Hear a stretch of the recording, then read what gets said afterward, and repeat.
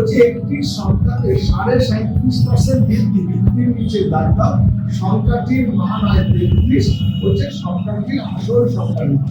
বলছে 37.5% বৃদ্ধি পেয়েছে, বৃদ্ধি এ হয়েছে 33, তাহলে প্রকৃত সংখ্যাটি। আমি বলেছিলাম আমার অঙ্ক বইয়ের 92 পাতায় আছে পার্সেন্টেজের অংশ, সেই পার্সেন্টেজ 12.5% মানে আমরা জানি 1 রাখবি, এখানে আছে 37.5, তাহলে এর 3 গুণ, তাহলে এর 3 গুণ যদি করি তাহলে 37.5 মানে 3 রাখবো, তাহলে প্রকৃত সংখ্যা যদি 8 হয়, বৃদ্ধি পেয়েছে 3, হয়েছে কত 11, সেই 11 মানে কত হয়েছে 33, কত গুণ আছে, তাহলে প্রকৃত সংখ্যা 8, 8 এর 3 গুণ করে সংখ্যাটা কত, তাহলে আমরা কি সংখ্যা 11 যখন 8 33